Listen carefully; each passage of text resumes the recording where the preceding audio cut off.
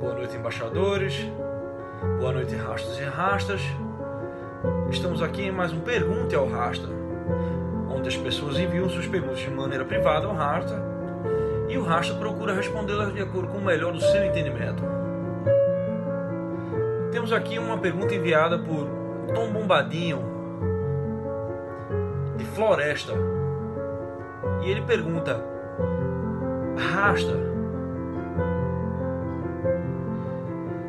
qual a sua conexão com Tolkien e a liberdade?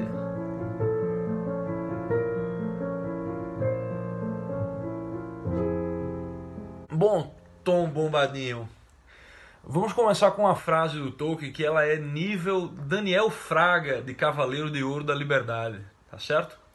Onde ele diz que o trabalho mais impróprio de qualquer homem, até mesmo os santos, que de qualquer forma são os que mais resistiriam a tomar esse trabalho como seu, é o trabalho de mandar na vida de outros homens. Nenhum em 1.000.000 é apto para tal, e menos ainda aqueles que buscam a oportunidade.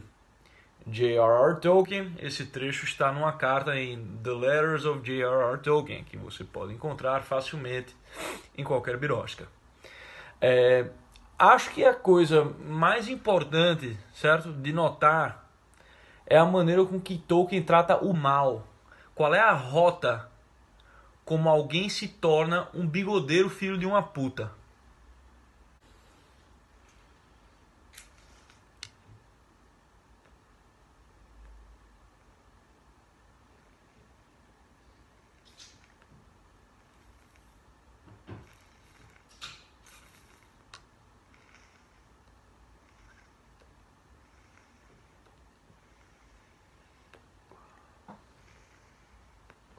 Veja, você tem poucos personagens que são o mal absoluto, dos quais o pior é o Melkor.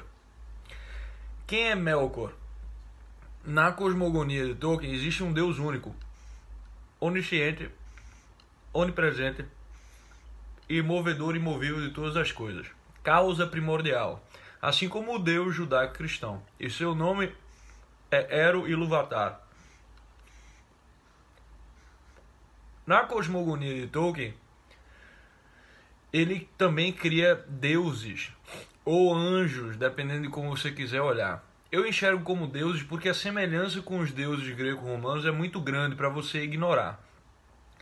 E eles são chamados de Valar, e eles residem numa espécie de Olimpo chamado Valinor. É tipo o camarote VIP da Terra-média, né? A cada Valar ele dá um pedaço de sua mente e de seu poder, mas não a totalidade, de maneira que cada um deles termina sendo responsável por algum aspecto da realidade. Mas o arco final de suas ações sempre servirá o propósito e o design de Ilúvatar, o qual eles não conhecem completamente. Em total, há 14 Valar, dos quais os mais importantes são 4. Manwë, que é o mais próximo de Ilúvatar e líder dos Valar, que corresponde a uma espécie de Zeus, certo?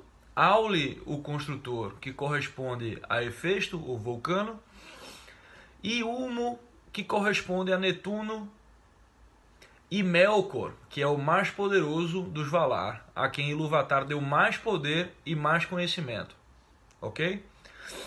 Então, é precisamente Melkor, com mais poder e mais conhecimento, mas sem o entendimento da totalidade, a famosa chama imperecível, capaz de criar o livre-arbítrio,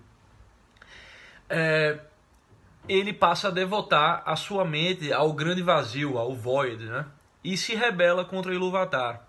Mesmo constantemente avisado que não interessa o que ele faça, o final da história sempre servirá ao propósito de Ilúvatar. Ele passa toda a sua existência tentando destruir, perverter e zombar da criação de Ilúvatar. Ele, sim, representa o mal puro, absoluto, uma mistura de ódio, orgulho, vaidade, inveja, titãs, engenheiros do Havaí, e pela falta de fé no propósito do design de Ilúvatar, ok? O pensamento dele começa a se voltar para as coisas terrenas e ele decide se tornar dono da Terra, né? Tudo o que acontece de mal na Terra-média alegra ele e tem o dedo dele. Mas a coisa mais interessante é a maneira que ele influencia as coisas que não são necessariamente más, de maneira a corromper e perverter para o seu uso, dos quais eu vou dar 3 exemplos, ok? Os primeiros 2 exemplos são da corrupção dos maias. Um adendo aqui. Para cada Valar, Ilúvatar cria espíritos de mesma ordem, mas de menor grau, para servir de auxílio. Esses espíritos são chamados maias, dos quais os Istari, os famosos magos da Terra-média, que a gente conhece, Gandalf, Saruman, Radagast e os 2 outros magos, né, fazem parte. No início de sua maldade, o Melkor ele atrai alguns maias para o seu lado. Eles se tornam os chamados Balrogs, os demônios de sombra e fogo, né, dos quais Gothmog foi o chefe e maior e mais famoso, né, antes daquele Balrog de Moria lá que não tem nome. Mas o personagem mais interessante que foi atraído ao serviço de Melkor foi o Maia Sauron, certo? Que servia Aule, o construtor, ok? O que torna Sauron tão interessante é que ele não foi atraído inicialmente por maldade. O que torna o Sauron tão interessante é que ele não foi atraído por maldade inicialmente, mas sim pelo desejo de ordem. Ele servia um Valar que cuidava de tudo que é terreno, certo? Da formação dos relevos, os metais, as substâncias da terra. Foi o desejo de ver a terra em ordem e o desprezo pelo aparente caos causado pela ação de agentes livres que persuadiu Sauron a servir Melkor, que lhe proporcionou conhecimento sobre como manipular e ordenar as coisas.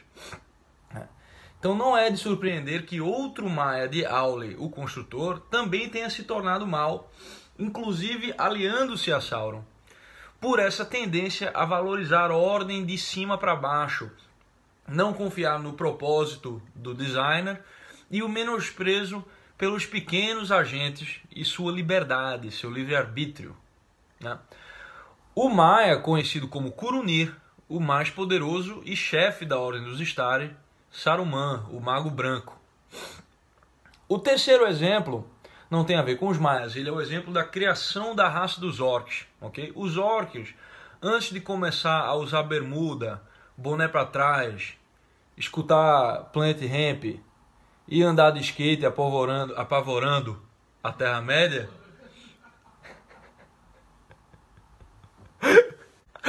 apavorando. Parou aí, porra, para de rir, caralho.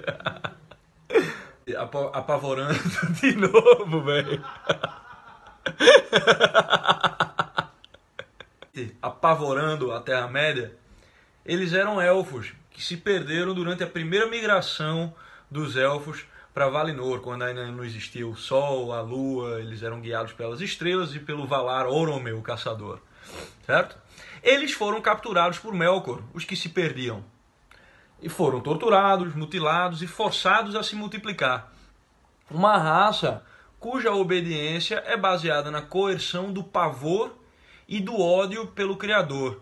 Uma zombaria aos laços que as outras criações de Ilúvatar aspiram a ter. Qualquer semelhança com um comunista militante é mera coincidência. Fica aí, então, muito claro o ceticismo de Tolkien em relação à sede do saber divorciada do Logos em busca de poder. A famosa Scientia Potentia Est, né? Do Thomas Hobbes. A sedução da promessa de ordem que degenera em tirania, certo? E ao desprezo às coisas pequenas e de pouca importância aparente, né? Como hobbits, homens falhos, né? Ou seja, é um homem ligado nas bigodagens galerosas desse mundo. Daí vale a pena passar do mal e olhar para os agentes de Ilúvatar, correto? O mais famoso Maia de Manwë, o mais próximo de Ilúvatar, é Olorin, o nosso famoso Gandalf, Mago Cinza, né? O fato de não ser chefe da Ordem dos Istari permitiu com que ele passasse a vida como um andarilho, né? Tipo, aprendendo sobre os agentes que não eram tão poderosos ou considerados tão importantes como os hobbits. Ele via, né, importância nessas pequenas coisas. Uma espécie de mão invisível, digamos assim. Então existe um conhecimento por parte de Gandalf de que a agência se dá por pequenas ações de pequenos jogadores em uma infinita cadeia de causalidade, e que a tentativa de se pôr acima de todos para regular-lhes é um ato de loucura e de maldade, né? E talvez a passagem que ilustre isso melhor esteja no Senhor dos Anéis, quando Radagast avisa Gandalf que vá ao encontro de Saruman, né? Ele o encontra não mais Saruman o branco, mas sim um Saruman colorido e bigodeiro. O hobby dele está de todas as cores, né? Deve ser um arco-íris, provavelmente. Que diz a ele: os velhos dias se foram, os dias de agora estão passando, mas os dias jovens estão começando. Ou seja, um progressista de merda. O tempo dos elfos está terminando, mas o nosso tempo está começando. O mundo dos homens que nós devemos governar. Mas nós precisamos de poder, claro, né? Poder para ordenar todas as coisas como queremos, para aquele bem que só os sábios podem ver. Nós podemos comprar tempo, tolerar alguns males feitos no caminho, mas aprovando o propósito mais alto e elevado: conhecimento, comando e ordem. Todas as coisas que nos esforçamos para conseguir em vão até agora, sendo mais atrapalhados que ajudados pelos nossos amigos fracos e indolentes. Nossos fins não precisam mudar, apenas os nossos meios. Ou seja, substitui elfo pela classe adequada e bota isso na boca de qualquer nazista, comunista, jacobino, marechal do Exército Brasileiro em 1889, né? Membro do PSOL, e fica no mesmo, né? Fica adequado. Ou seja, eu acho que fica muito claro aí o ceticismo e um certo conservadorismo do Tolkien em relação às grandes promessas reformadoras da humanidade, né? Ele é basicamente um anarquista. Esse Pergunta ao Rasta foi uma homenagem ao nosso querido Christopher Tolkien, que faleceu essa semana, né? Que nos deixou aí obras como Silmarillion, os Filhos de Húrin, Beren e Lúthien, e por aí vai. Então, um agradecimento ao seu serviço, né? De manter e editar um trabalho filho da puta, né? Organizar os escritos do velho e deixar esse mundo de histórias aí para nós. Então ficamos assim. Amanhã às 9 na praia, uma melancia de meia hora, se não chover. Um beijo do Rasta.